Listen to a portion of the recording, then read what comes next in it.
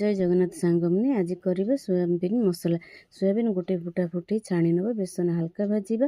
गोटे गोटे बाउल नहीं बेसन 2 टेबल स्पून, दही हाफ कप, अदा रसुण पेस्ट 1 टीस्पून दबा, बेसिक मसला दबा, मेथी पत्र 1 टीस्पून, कैप्सिकम पियाज ऐड करिबा, भल करी मिक्स करिबा। गोटे कढ़ाई नबा, तेल 2 टेबल स्पून दबा, 5 मिनिट पई एठी कसिबा।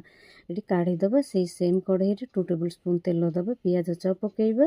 पियाज ब्राउन कलर हे गेलाणी, टमाटो प्यूरी पकेइबा, किचन किंग मसला पकेइबा 1 spoon, garam masala 1 spoon, red chili powder 1 spoon, हलदी पाउडर 1 स्पून, लुण 1 स्पून पकेइबा, भल करी मिक्स करिनबा। अदा रसुण पेस्ट 1 स्पून पकेइबा, सोयाबीन कषा एडी पकेइबा, भल करी मिक्स करिनबा। हाफ ग्लास पानी दे दबा, एडी कवर दे दबा।